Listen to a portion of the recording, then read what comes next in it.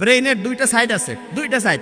একটা সাইড হচ্ছে ডান পাশ। এই ডান পাশটা মানুষকে বলে তুমি ভালো কাজ করো, মানুষের উপকার করো, বিপদে মানুষের পাশে দাঁড়ায় যাও। আর বাম পাশ যেটা আছে সেটা এটা হচ্ছে কয় তুমি একটু স্বার্থ করো, লজিক দিয়ে চিন্তা করে, কয় যে তোমার থাকলে তোমার হবে, মানসিক দিয়ে লাভ কি, এ কয় মানুষের বিপদে যায় যদি তোমার জান যায়। রাইট সাইড লেফট সাইড দুইটাই দরকার আছে, কিন্তু চিন্তা করেন তো কোনটা মানবতার জন্য বেশি দরকার, রাইট না লেফট?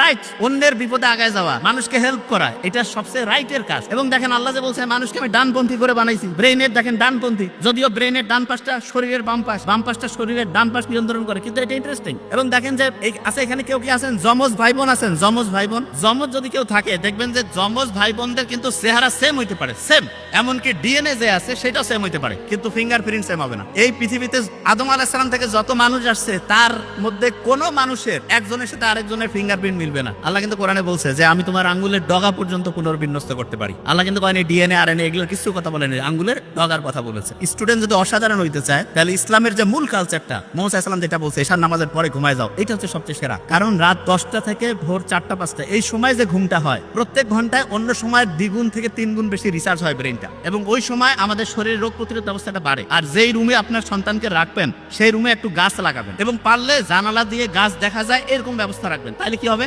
আপনি শুনলে অবাক হবেন, আপনার মন খারাপ হইলে গাছের ছায়ার নিচে গেলে মনটা একটু ভালো হয় না? বিজ্ঞানীরা এখন দেখছে ফাইটোসাইট বলে একটা উপাদান আছে, সেটা আমাদের শরীরের যে রোগ প্রতিরোধ ব্যবস্থা ওকে যে উৎসাহিত করে, আরো ভালো করে কাজ করো, মনটা তখন চাঙ্গা হয়ে যায়। সূর্যের আলোর নিচে প্রত্যেকদিন যাবেন, গেলে দেখবেন যে সূর্যের আলোর যে সানলাইট সেরোটোনিন ক্ষরণ হবে, মনটা চাঙ্গা হবে, কাজ করতে ভালো লাগবে। তার মানে আপনি ইসলামী যে বিধানটা আছে সেই বিধানটার সবচেয়ে সেরা জিনিসটা হচ্ছে রুটিনটা ঠিক করা। আচ্ছা, আমাদের দিনটা শুরু হয় কি ফজর থেকে না মাগরিব থেকে বলেন তো?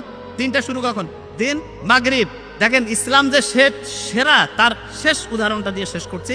ইসলাম যে সেরা তার প্রমাণ হচ্ছে আপনি যখন তারাবির নামাজ পড়ছিলেন, মাগরিবের ওয়াক্ত নামাজ শুরু করে দিলেন, ঠিক তো? এই যে মাগরিবের নামাজটা যে আপনি শুরু করলেন, আপনার মাগরিব থেকে দিন শুরু, এবং তারপরে রাতে ঘুমাইলেন, ভোরে সেহরি করলেন, সারাদিন গেল, ইফতার হইলো, দিন শেষ। বিজ্ঞানীরা বলতেছে যে সবচেয়ে সেরা রুটিন বানাইতে চায় তার জন্য সবচাইতে সেরা রুটিন ফলো করার বুদ্ধি হচ্ছে মাগরিবের পরে সে রুটিন করবে। বিজ্ঞানীরা এখন দেখতেছে ডায়েরি। তার মানে দেখেন ইসলামের আল্লাহ কি সায়েন্টিফিক, কারণ মানুষকে বানাইছে তো আল্লাহ, এই জন্য মানুষের জন্য কোনটা সবচেয়ে কল্যাণকর সেটা আল্লাহ সেট করছে। এই জন্য রুটিন যখন করবেন, ডায়েরি লিখবেন, বাচ্চাকে শিখাবেন, ডায়েরিটা মাগরিবের পর থেকে লেখা শুরু করবেন। মাগরিব তো মাগরিব, আপনার রাতে আপনি কখন ঘুমাবেন? অনেকে ঘুমাচ্ছে রাত 2টায়, আর ভোরে উঠবে 5টা, হয় কি পাবে? জীবনে পারবে না, কারণ আপনার ব্রেইনে 6-7 ঘন্টা ঘুম দরকার আছে।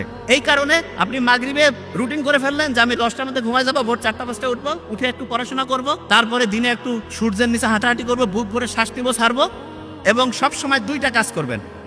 একটা হচ্ছে অন্যকে হেল্প করবেন, আর 2 নাম্বার যেটা হচ্ছে সেটা হচ্ছে আল্লাহর কাছে চাবেন।